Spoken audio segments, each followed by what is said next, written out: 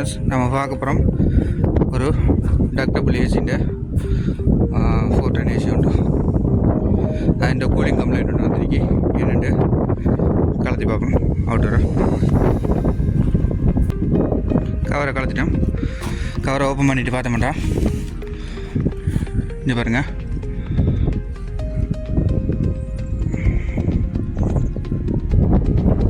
விளங்கு உங்களுக்கு கம்ப்ரஸருண்ட ஒரு டெர்மினல் உண்டு பார்த்துருக்கேன். நான் ஆல்ரெடியாக பவர் ஆஃப் பண்ணிட்டேன்.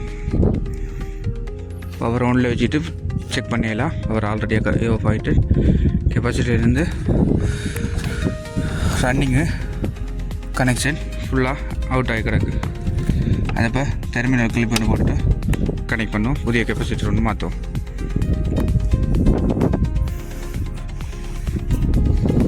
வேறு வயர் ஒன்றும் டேமேஜ் ஆன மாதிரி இல்லை. அதை செக் பண்ணிவிட்டு நம்ம கம்ப்ரஸர் பியரை செக் பண்ணுவோம்.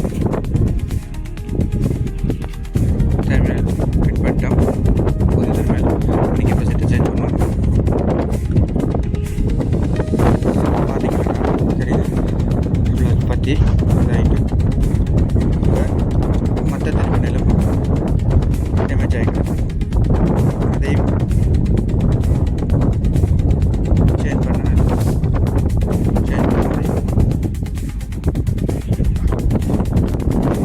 இப்போ பார்த்தீங்கன்னா ஃபுல்லாக நம்ம இன்சுலேஷன் பண்ணிட்டோம். பாருங்கள், ஃபுல்லாக புதுசாக போட்டு இன்சுலேஷன் பண்ணிட்டோம். கெப்பாசிட்டர் புதிய கெப்பாசிட்டரும் இன்சுலேஷன் பண்ணிட்டோம். இதில் 60+5 இருந்தேன். அது 60+5 போட்டோம். இப்போ இதை ஒன் பண்ணி என் பேர் செக் பண்ணணும். இப்போ இன்டோர் ஒன் பண்ணிக்க வெயிட் பண்ணுறேன். இப்போ ஒன் பண்ணுறதுக்காண்டி கீழே ஒன் பண்ணிக்கு டக்டபிள் ஏசி இது இன்டோர் ஒன் பண்ணிக்கு இப்போ வெயிட் பண்ணுறோம் ஒன் ஆகிறதுக்கு. இப்போ பார்த்தீங்களாடா ஒன் ஆகிட்டு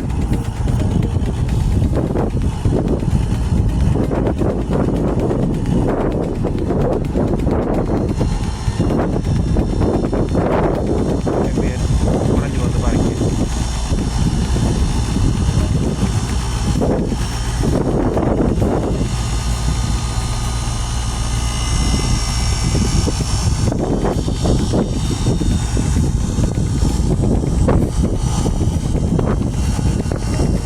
சக்சன் மோடு பார்த்தீங்கன்னா 80.1 அப்படி இருக்குது.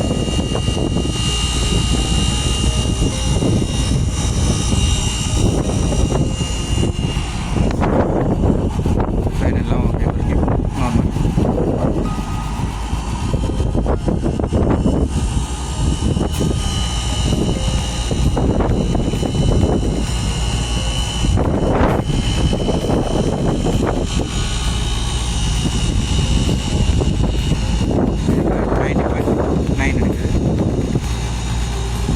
இருக்குது நார்மல்.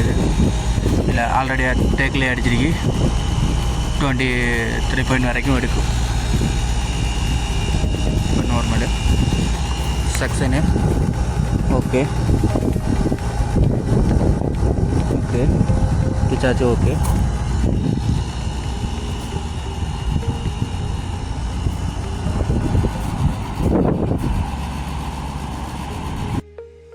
இதை கம்ப்ளைண்ட் பார்த்தோம்னா கெப்பாசிட்டருக்கு வர ரன்னிங்கு கம்ப்ரஸர் டெர்மினல் வயரு கட்டாகி கிடந்திருக்கு. கெப்பாசிட்டரும் வேன் ஆகிருந்துக்கு. இப்போ ரெண்டையும் சேஞ்ச் பண்ணேன். டெர்மினல் போட்டுட்டு கெப்பாசிட்டரையும் சேஞ்ச் பண்ணேன். இப்போ நார்மலாக ஒர்க்கிங் ஆகுது. நான் நார்மல் ரன்னிங் கண்டிஷன் ஆகிருக்கு.